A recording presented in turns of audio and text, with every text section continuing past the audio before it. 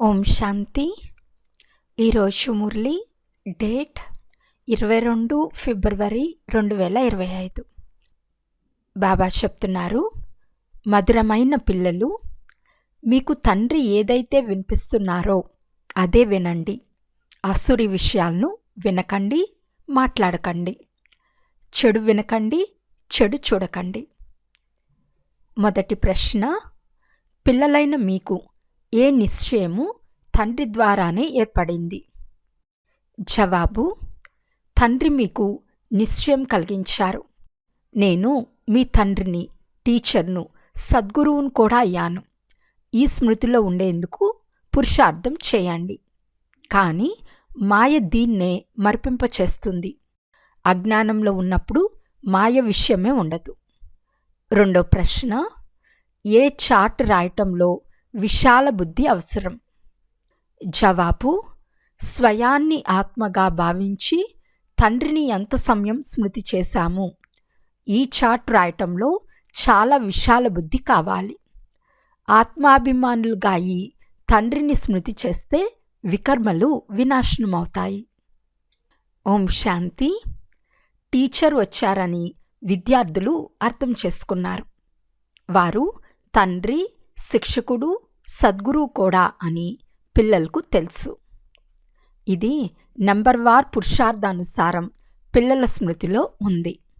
నియమం ఏమని చెప్పిందంటే, వీరు టీచరు, తండ్రి, గురువు అని ఒక్కసారి అర్థం చేసుకున్నారు అంటే మరెప్పుడు మర్చిపోరు. కానీ ఇక్కడ మాయ మరిపింపచేస్తుంది. అజ్ఞాన కాలంలో మాయ ఎప్పుడూ మరిపింపచేయదు. వీరు మా తండ్రి అని, ఇది మా తండ్రి వ్యాపారమని కొడుకు ఎప్పుడూ మర్చిపోడు. మేము తండ్రి ధనానికి అధికారులమని పిల్లలకు సంతోషముంటుంది. భలే, స్వయం చదువుకున్న తండ్రి ఆస్తి అయితే లభిస్తుంది కదా. ఇక్కడ కూడా పిల్లలైన మీరు చదువుకుంటారు. తండ్రి ఆస్తి కూడా మీకు లభిస్తుంది. మీరు రాజయోగం నేర్చుకుంటున్నారు. నేను తండ్రికి చెందిన వాడినని తండ్రి ద్వారానే నిశ్చయం కలుగుతుంది. తండ్రి సద్గతికి మార్గాన్ని తెలుపుతారు కనుక వారు సద్గురువు కూడా అయ్యారు. ఈ విషయాలను మర్చిపోరాదు. తండ్రి ఏదైతే వినిపిస్తారో అదే వినాలి. చెడు వినకండి, చెడు చూడకండి అని 3 కోతుల బొమ్మను చూపిస్తారు. కానీ అవి మనుషులకు చెందిన విషయాలు. తండ్రి చెప్తున్నారు, అసురీ మాటలు మాట్లాడకండి, వినకండి, చూడకండి అని మొదట కోతుల బొమ్మలు తయారు చేసేవారు.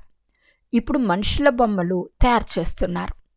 మీ వద్ద నల్ని అక్కయ్య తయారు చేసిన బొమ్మ ఉంది. కావున బాబాను నిందించే మాటలు వినకండి. తండ్రి చెప్తున్నారు, నన్ను ఎంత గ్లాని చేశారు. కృష్ణుని భక్తులు ధూపం వెలిగిస్తే రాముని భక్తులు ముక్కులు మూసుకుంటారని మీకు తెలుసు. పరస్పరం ఒకరికొకరి సువాసన కూడా నచ్చదు. పరస్పరం శత్రువుల వలె అయిపోతారు. ఇప్పుడు మీరు రాముని వంశానికి చెందినవారు. ప్రపంచమంతా రావణ వంశీయులు. ఇక్కడ ధూపం ప్రస్తావనే లేదు. తండ్రిని సర్వవ్యాపి అని అనటం వలన ఏ గతి పట్టిందో మీకు తెలుసు. రాళ్ళు రెప్పల్లో పరమాత్మ ఉన్నాడని చెప్పటం వలన రాతి బుద్ధిగా అయిపోయారు. కావున అనంతమైన తండ్రి ఎవరైతే మీకు ఆస్తినిస్తున్నారో వారిని ఎంత గ్లాని చేస్తారు.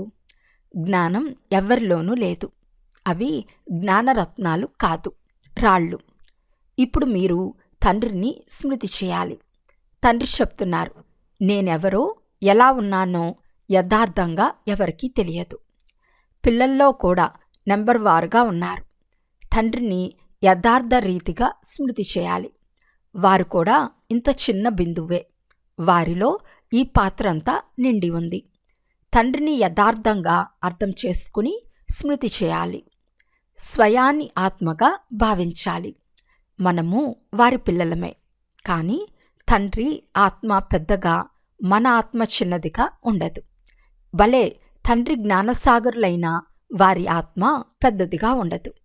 ఆత్మలైన మీలో కూడా నెంబర్ వారుగా జ్ఞానం ఉంటుంది. స్కూల్లో కూడా నెంబర్ వారుగా పాస్ అవుతారు కదా. ఎవరికి 0 మార్కులు రావు. ఎన్నో కొన్ని మార్కులు తీసుకుంటారు. తండ్రి చెప్తున్నారు, నేను మీకు ఏ జ్ఞానంనైతే వినిపిస్తున్నానో అది ప్రాయలోపం అయిపోతుంది. అయినా చిత్రాలున్నాయి, శాస్త్రాలు కూడా తయారై ఉన్నాయి. తండ్రి ఆత్మలైన మీకు చెప్తున్నారు, చెడును వినకండి. ఈ అసురీ ప్రపంచాన్ని ఏం చూడాలి? ఈ చీచీ ప్రపంచం నుండి కళ్ళు మూసుకోవాలి. ఇప్పుడిది పాత ప్రపంచమని ఆత్మకు స్మృతి కలిగింది. దీనితో సంబంధం ఎందుకు ఉంచుకోవాలి? ఈ ప్రపంచాన్ని చూస్తూ కూడా చూడనట్లు ఉండాలని ఆత్మకు స్మృతి కలిగింది. మీ శాంతిధామాన్ని, సుఖధామాన్ని స్మృతి చేయాలి. ఆత్మకు జ్ఞానం 3వ నేత్రం లభించింది కనుక వీటిని గుర్తు చేసుకుంటూ ఉండాలి. భక్తి మార్గంలో కూడా ఉదయమే లేచి జపమాల తిప్పుతారు. ఉదయం ముహూర్తం మంచిదని భావిస్తారు. అది బ్రాహ్మణుల ముహూర్తం. బ్రహ్మభోజనానికి కూడా మహిమ ఉంది. బ్రహ్మభోజనం కాదు, అది బ్రహ్మభోజనం. మిమ్మల్ని కూడా బ్రహ్మ కుమారీలకు బదులుగా బ్రహ్మకుమారీలని అంటారు. అర్థం చేసుకోరు. బ్రహ్మ పిల్లలు బ్రహ్మ కుమారీలే కదా. బ్రహ్మం అంటే అది నివసించే స్థానం. దానికేమి మహిమ ఉంటుంది? తండ్రి పిల్లలను ఫిర్యాదుగా అడుగుతున్నారు. పిల్లలు, మీరు ఒకవైపు పూజిస్తారు, మరోవైపు గ్లాని ఎందుకు చేస్తారు? గ్లాని చేస్తూ చేస్తూ తమోప్రధానంగా అయిపోయారు. తమోప్రధానంగా అవ్వవలసిందే. చక్రం రిపీట్ అవుతుంది. ఎవరైనా పెద్దవారు వస్తే వారికి చక్రం గురించి తప్పకుండా అర్థం చేయించాలి. ఇది 5000 సంవత్సరాల చక్రం. దీనిపై పూర్తి గమనముంచాలి. రాత్రి తర్వాత పగలు తప్పక రావాల్సిందే. రాత్రి తర్వాత పగలు కాకుండా ఉండటం అంటూ జరగదు. కలియుగం తర్వాత సత్యుగం తప్పకుండా రావాల్సిందే. ఈ ప్రపంచ భూగోళము, చరిత్రలు పునరావృతం అవుతాయి. కనుక తండ్రి అర్థం చేయిస్తున్నారు, మధురాతి మధురమైన పిల్లలు, స్వయాన్ని ఆత్మగా భావించండి. అన్నీ చేసేది ఆత్మనే. అదే పాత్రను అభినయిస్తుంది. మేము పాత్రధారులమైతే ఈ నాటకం ఆది మధ్యాంతాలన్నీ తెలిసి ఉండాలి కదా అని ఎవ్వరూ గ్రహించరు. ప్రపంచ భూగోళ చరిత్రలు పునరావృతం అవుతాయంటే ఇది డ్రామా అనే కదా. సెకండ్ గడిచిపోయిందే, మళ్ళీ పునరావృతం అవుతుంది. ఈ విషయాలు ఇంకెవ్వరూ అర్థం చేసుకోలేరు. తక్కువ బుద్ధి గలవారు సదా ఫెయిల్ అవుతూ ఉంటారు. టీచర్ కూడా ఏం చేయగలడు? కృప చూపండి లేక ఆశీర్వదించండి అని టీచర్ను అడుగుతారా? ఇది కూడా చదివే. ఈ గీతా పాఠశాలలో స్వయం భగవంతుడే రాజయోగాన్ని నేర్పిస్తారు. కలియుగము పరివర్తనై సత్యుగంగా తప్పకుండా అవుతుంది. డ్రామానుసారం తండ్రి కూడా రావాల్సి ఉంటుంది. తండ్రి చెప్తున్నారు, నేను కల్పకల్పం సంగం యుగంలో వస్తాను. ఇతరులెవ్వరూ మేము సృష్టి ఆది మధ్యాంతాలను వినిపించేందుకు వచ్చామని అనలేరు. స్వయాన్ని శివోహం అని అంటారు. అంటే అర్థమేమిటి? శివబాబా వచ్చేదే చదివించేందుకు, సహజ రాజయోగాన్ని నేర్పించేందుకు వస్తారు. ఏ సాధు సత్పురుషులను శివభగవానుడు అని అనలేము. మేము కృష్ణుణ్ణి లక్ష్మీనారాయణులమని చాలామంది అంటూ ఉంటారు. ఆ సత్యుగ రాకుమారుడైన శ్రీకృష్ణుడు ఎక్కడా? ఈ కలియుగీ పతితులెక్కడా? వీరిలో భగవంతుడున్నాడని అనరు. మీరు మందిరాలకు వెళ్ళి ఇలా ప్రశ్నించవచ్చు. వీరు సత్యుగంలో రాజ్యపాలన చేసేవారు, తర్వాత ఎక్కడికి వెళ్ళారు? సత్యుగం తర్వాత తప్పకుండా త్రేతాయుగము, ద్వాపర యుగము, కలియుగాలు వస్తాయి. సత్యుగంలో సూర్యవంశీల రాజ్యముండేది, త్రేతాలో చంద్రవంశీల రాజ్యం. ఈ జ్ఞానమంతా పిల్లలైన మీ బుద్ధిలో ఉంది. ఇంతమంది కుమారీలు ఉన్నారు. తప్పకుండా ప్రజాపిత కూడా ఉంటాడు. బ్రహ్మ ద్వారా మనుష్య సృష్టిని రచిస్తారు. సృష్టికర్త అని బ్రహ్మను అనరు. రచయిత గాడ్ ఫాదర్ అయినారు. వారు ఎలా రచిస్తారో ఆ తండ్రే సన్ముఖంలో కూర్చుని అర్థం చేయిస్తారు. ఈ శాస్త్రాలన్నీ తర్వాత తయారైనవి. ఉదాహరణకి యేసుక్రీస్తు ఏం వినిపించారో అది బైబిల్గా తయారైంది. తర్వాత కూర్చుని వారిని మహిమ చేస్తారు. ఇప్పుడు క్రీస్తుకు మహిమ ఏముంది? అతను గురువు కాదు, సందేశకుడు కాదు. గతి లేక సద్గతి కేవలం 5-7 మందికి మాత్రమే కాదు. సర్వుల సద్గతి దాత, సర్వుల విముక్తి దాత, పతిత పావనులని ఒక్క తండ్రికే మహిమ ఉంది. ఓ గాడ్ ఫాదర్, దయ చూపించండి అని వారినే స్మృతి చేస్తారు. అంతేకాని హే యేసుక్రీస్తు దయ చూపించండి అని వేడుకోరు. ఫాదర్ ఒక్కరే ఉంటారు. వీరు మొత్తం ప్రపంచానికంతా తండ్రి. అన్ని దుఃఖాల నుండి విడుదల చేసేవారు ఎవరో మనుషులకు తెలియదు. ఇప్పుడు సృష్టి కూడా పాతదిగా, మనుషులు కూడా పాతగా, తమో ప్రధానంగా అయిపోయారు. ఇది ఆ ఇనుప ప్రపంచం. ఒకప్పుడు బంగారు యుగం ఉండేది కదా, తిరిగి తప్పకుండా తయారవుతుంది. ఈ కలియుగం వినాశనమైపోతుంది. ప్రపంచ యుద్ధం జరుగుతుంది.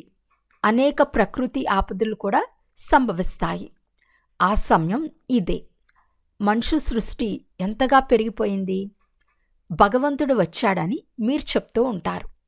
ఇప్పుడు బ్రహ్మ ద్వారా ఒక్క ఆది సనాతన దేవీ దేవతా ధర్మం స్థాపనవుతోందని మీరు ఛాలెంజ్ చేసి అందరికీ చెప్తారు. డ్రామానుసారం అందరూ వింటూ ఉంటారు.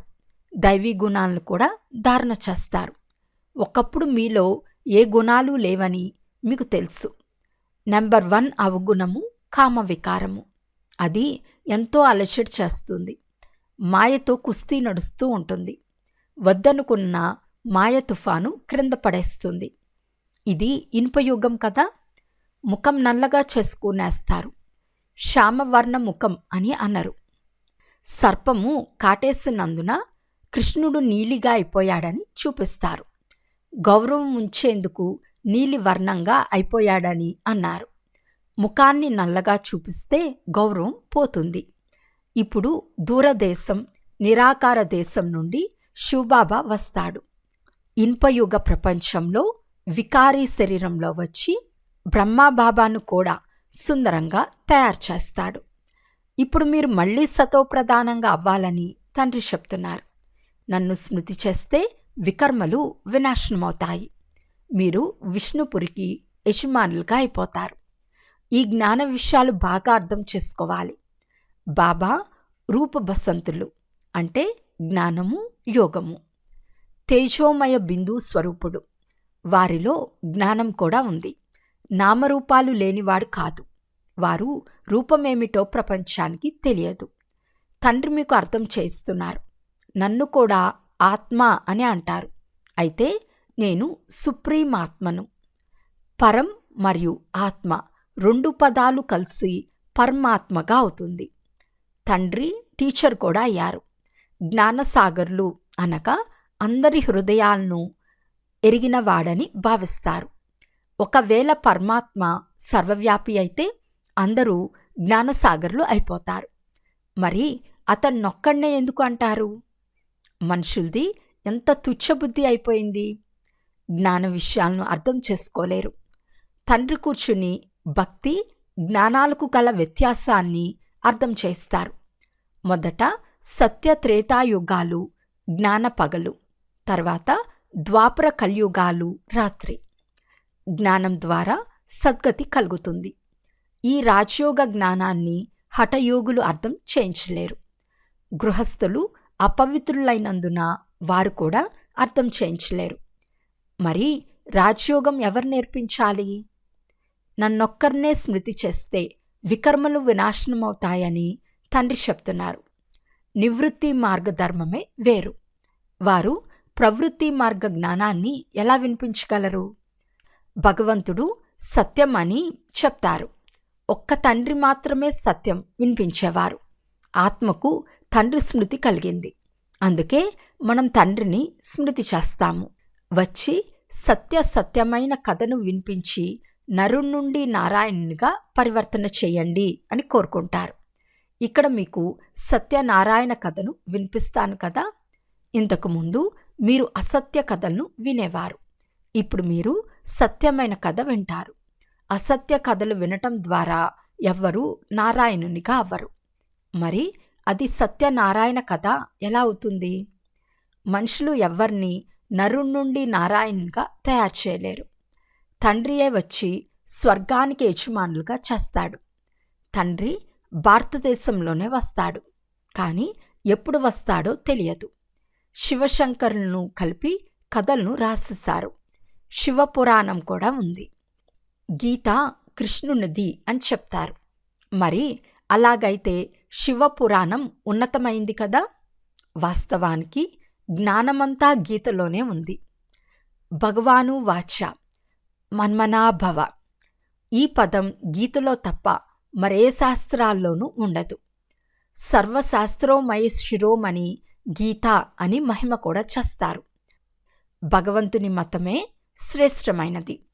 కొద్ది సంవత్సరాల్లోనే నూతన శ్రేష్టాచార ప్రపంచం స్థాపన అవుతుందని మొట్టమొదట అందరికీ అర్థం చేయించాలి. ఇప్పుడిది భ్రష్టాచార ప్రపంచం. శ్రేష్టాచార ప్రపంచంలో ఎంత కొద్ది మంది మనుషులుంటారు? ఇప్పుడు ఎంతమంది మనుషులున్నారు?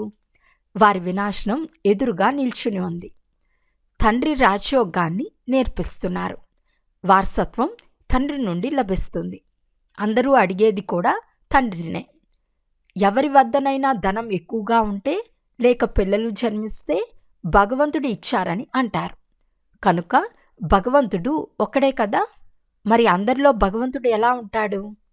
ఇప్పుడు ఆత్మలకు తండ్రి చెప్తున్నారు, నన్ను స్మృతి చేయండి.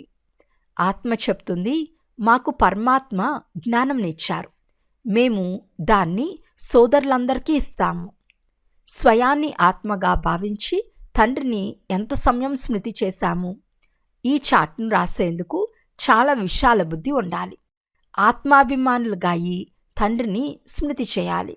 అప్పుడే వికర్మలు వినాశనమవుతాయి. జ్ఞానం చాలా సహజం. ఇక స్వయాన్ని ఆత్మగా భావించి తండ్రిని స్మృతి చేస్తూ తమ ఉన్నతిని చేసుకోవాలి. ఈ చాట్ ఎవరో కొందరే రాస్తారు. ఆత్మాభిమానులుగా అయి తండ్రి స్మృతిలో ఉండటం ద్వారా ఎప్పుడూ ఎవరికి దుఃఖంనివ్వరు. తండ్రి సుఖంనిచ్చేందుకే వస్తాడు. కనుక పిల్లలు కూడా అందరికీ సుఖంనివ్వాలి. ఎప్పుడూ ఎవరికి దుఃఖంనివ్వరాదు. తండ్రి స్మృతిలో అన్ని భూతాలు పారిపోతాయి. ఇది చాలా గుప్తమైన శ్రమ. అచ్చా, మధురాతి మధురమైన అపురూపమైన పిల్లలకు మాతాపిత బాప్దాదాల ప్రియ స్మృతులు మరియు గుడ్ మార్నింగ్. ఆత్మిక పిల్లలకు ఆత్మిక తండ్రి నమస్తే. ఆత్మిక తండ్రికి ఆత్మిక పిల్లల యొక్క ప్రియ స్మృతులు మరియు నమస్తే నమస్తే నమస్తే. ధారణ కొరకు ముఖ్య సారము. ఫస్ట్ పాయింట్, ఈ అసూరి చీచీ ప్రపంచాన్ని మీరు చూడరాదు. ఇది పాత ప్రపంచము. దీనితో ఎలాంటి సంబంధము ఉంచుకోరాదు. దీన్ని చూస్తున్నా చూడనట్లు ఉండాలి. సెకండ్ పాయింట్, ఈ బేహద్దు డ్రామాలో మనం పాత్రధారులము. ఇది సెకండ్ తర్వాత సెకండ్ పునరావృతం అవుతూ ఉంటుంది. ఏదైతే గడిచిపోయిందో అది పునరావృతం అవుతుంది. ఇది స్మృతిలో ఉంచుకొని ప్రతి విషయంలో పాస్ అవ్వాలి. విశాల బుద్ధి కలవారిగా అవ్వాలి. ఈరోజు వరదానము. సత్యత ద్వారా రాయల్టీ యొక్క ప్రత్యక్ష రూపాన్ని చూపించే సాక్షాత్కార్ మూరత్ భవ. ఇప్పుడు ఎటువంటి సమయం వస్తుంది అంటే, ప్రతి ఆత్మ ప్రత్యక్ష రూపంలో తన రియాలిటీ ద్వారా రాయల్టీని సాక్షాత్కారం చేయిస్తుంది. ప్రత్యక్షత యొక్క సమయంలో మాలలోని మనుల యొక్క నంబర్ మరియు భవిష్య రాజ్యం యొక్క స్వరూపం రెండూ ప్రత్యక్షమవుతాయి. ఇప్పుడు రేస్ చేస్తూ చేస్తూ కొద్దిగా ఏదైతే ఈర్ష్య అనే ధూళి యొక్క పర్దా మెరుస్తున్న వజ్రాలను దాచేస్తుందో, అంతంలో ఈ పర్దా తొలగిపోతుంది. అప్పుడు మళ్లీ దాగి ఉన్న వజ్రాలు తమ ప్రత్యక్ష సంపన్న స్వరూపంలోకి వచ్చేస్తారు.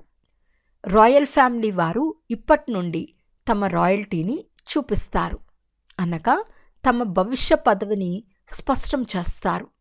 అందువలన రియాలిటీ అంటే సత్యత ద్వారా రాయల్టీని సాక్షాత్కారం చేయించండి. స్లోగన్: ఏ విధితో అయినా వ్యర్థాన్ని సమాప్తం చేసి సమర్థతను ఎమర్చేయండి. అచ్చా. ఓం శాంతి.